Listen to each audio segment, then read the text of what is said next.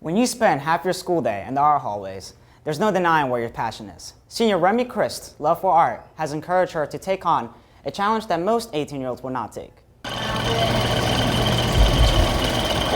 Remi's family knew from the beginning that she had a very special way with art. When she was about 2 and went to the doctor for her, yearly checkup, the doctor asked her to draw a person on the paper on the examining table.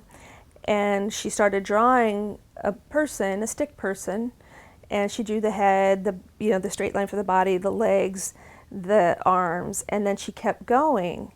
And she put eyes, nose, mouth, a skirt on the body, little round feet, and little round hands with straight lines coming out for the fingers, and she just kept adding to it.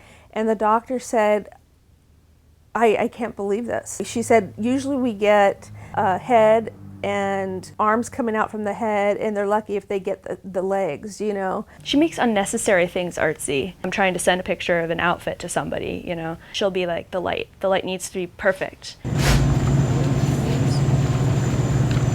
She did this one painting of New York City and all the lights and everything, and it was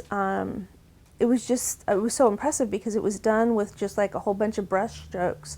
And when you look at it, it's New York City, it's Times Square, but it's just a bunch of colored paint.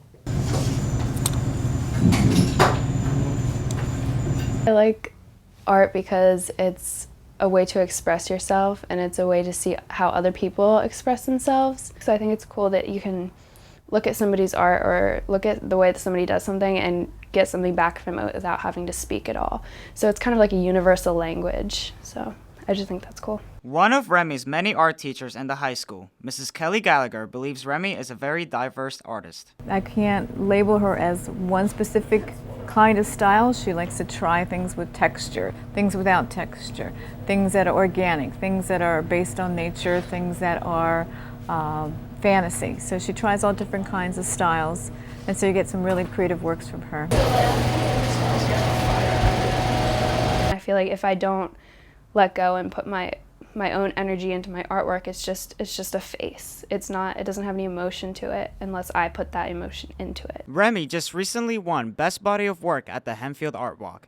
These types of accomplishments is what motivates her to go above and beyond other students when it comes to her future. This summer I have the opportunity to go to Rome for a month and basically study art the whole time. So every day I'm going to get out to the city with other artists and art directors and art critics and look at the landscape and paint and draw directly from the landscape. And we're going to get to go to different museums and gardens and just take in the natural Renaissance architecture and feel of the city of Rome and incorporate that into my artwork. At this point, I know I want to do something in the art field. I'm not exactly sure what. Could be teaching, could be art directing. I might want to work more hands-on.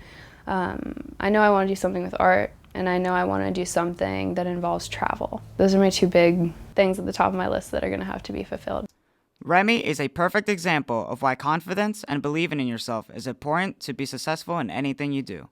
For Hempfield Happenings, I'm Jose Liriano.